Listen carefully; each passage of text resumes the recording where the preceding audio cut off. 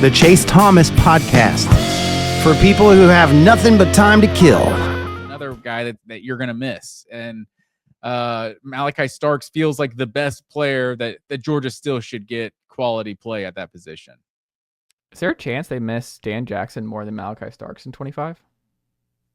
I mean, it's hard to know which one you miss more. I mean, if you're missing one of if the other safety position is getting bad play next to KJ Bolden, then I mean, it's hard to say which one is the one you're missing, because they kind of played that same role when they were starting. That's fair. On the flip side, for Tennessee, I'm curious. Before I even answer, do you have a guess for who I'm going to say here? I have my personal opinion with this one. So I don't know if you wanted me to go first, but personally, I think Brew McCoy is like the only answer, because I feel like Brew McCoy is, people would try to convince me this guy's good for like 4 or 5 years. Like, I just never really saw it with Brew McCoy. He was a 5-star, but it's just like, obviously Tennessee is losing a lot of experience at the receiver position. And so from that stance, like, yeah, you're missing a guy with experience, but I just never thought that guy was much. He's one of the, what I think, 6 or 7 guys invited to the combine from Tennessee. So he might have an impressive combine or something. I was just never impressed with Brew McCoy personally at Tennessee, or just in college, at USC either. So although he probably looked better in like his 1 year at USC, like you kind of thought what he was going to be, that 5-star. But yeah, I don't know. I just never really saw it. So part of that was circumstantial, because Brew, I think, came on, and I think he was solid in 22 with Hendon. He had some big plays. He had a big time catch against Florida down the left-hand side that was in the first half. That was a key play. I mean, great blocker at Tennessee, because like some of the stuff that Brew did really well is not something that shows up in the stat sheet. Is like, Brew was a great veteran. Like, listen to Heupel talk about Brew as a locker room leader and just a dude on this team. He's going to be missed. Like, Brew McCoy will be missed, especially because there is one upperclassman on this roster at wide receiver right now, and it's Chris Brazzell. He's a transfer from last year from Tulane. So it's all underclassmen, and Brew was one of your leaders. So I do think Brew will be missed. Not necessarily in production, because, I mean, he was a blocker. Like, you're throwing a Brew side and those side-to-sides with those screen passes to Squirrel or whoever. Brew's blocking. Like, Brew had no problem blocking, doing the dirty work. He was a big dude. The difference is you had to watch when he really messed up his ankle in the South Carolina game that I was at 2 years ago. Brew was different to start that year. And Brew, I think, would have had a breakout 23 season with Tennessee, but I don't think he was ever the same. And I don't think he was the same this year as to what we saw before the injury, the really bad one in that South Carolina game. So I hope he gets back to what we saw glimpses of at the beginning of the 23 season, because I think that Brew McCoy was a really, really good receiver all around. I think he was solid this past year.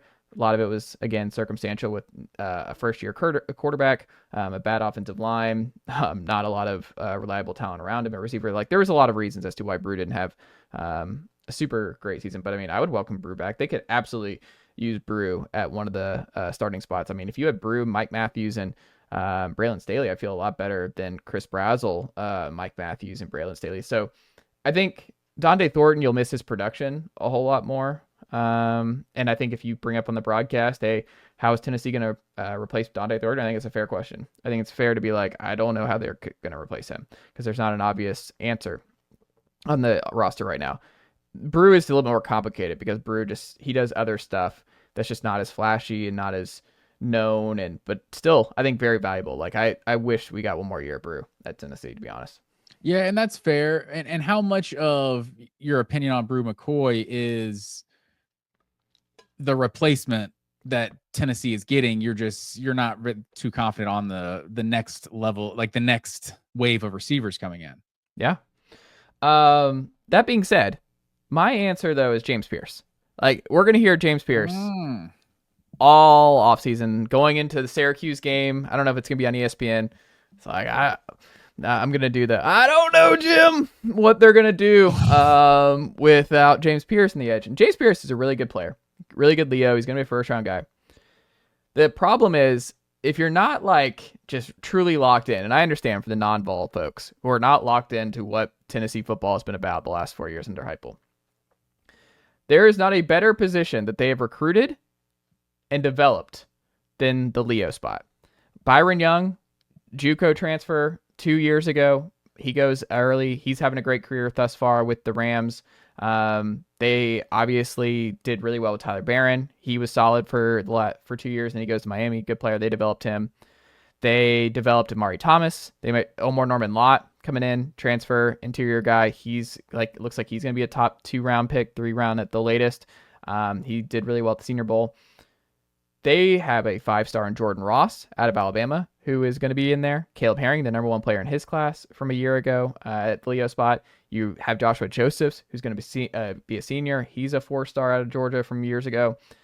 They also brought in multiple other 4-star Leos in that spot. They are so loaded at Leo and what they're going to be able to still do on the defensive line that I just don't think losing one guy like Pearce is going to make that big of a difference in terms of the production of what Tennessee's going to do on the defensive line. I think they're going to be able to rotate still at a really strong rate.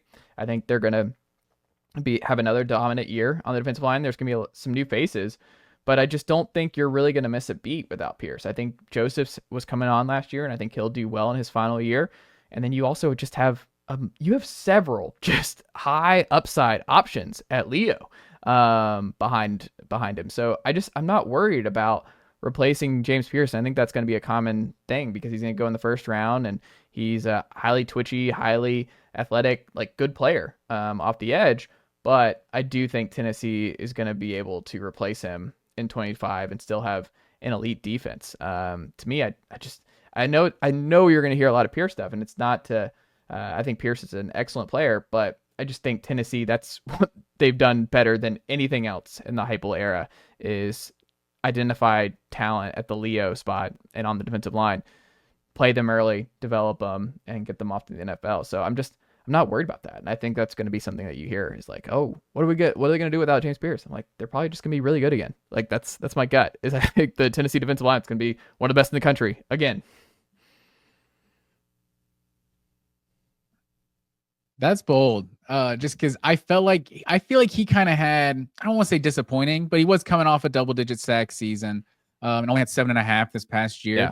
But I do feel like, still only one other guy on Tennessee had more than 2 sacks last year. Like, I don't know. I think the pass rush is ultimately what made Tennessee's defensive line, like, just kind of a step below some of those other elite defensive lines. Was just their ability to get after the passer just wasn't the same level as some of those other elite defensive lines this year. And so I just look like a Texas or somebody.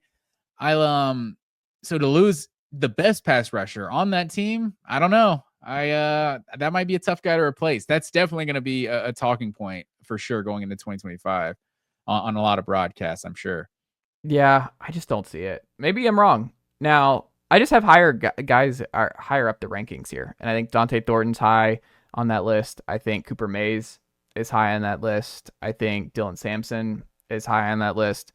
I just have a lot of guys ahead of him in terms of like, I really wonder how they're going to replace this person in 25. So I don't know. Maybe I'm wrong in terms of what the defensive line looks like, but my guess is Tennessee's going to get after the quarterback, and they're going to have one of the best defensive lines in not just the SEC, but in the country once again.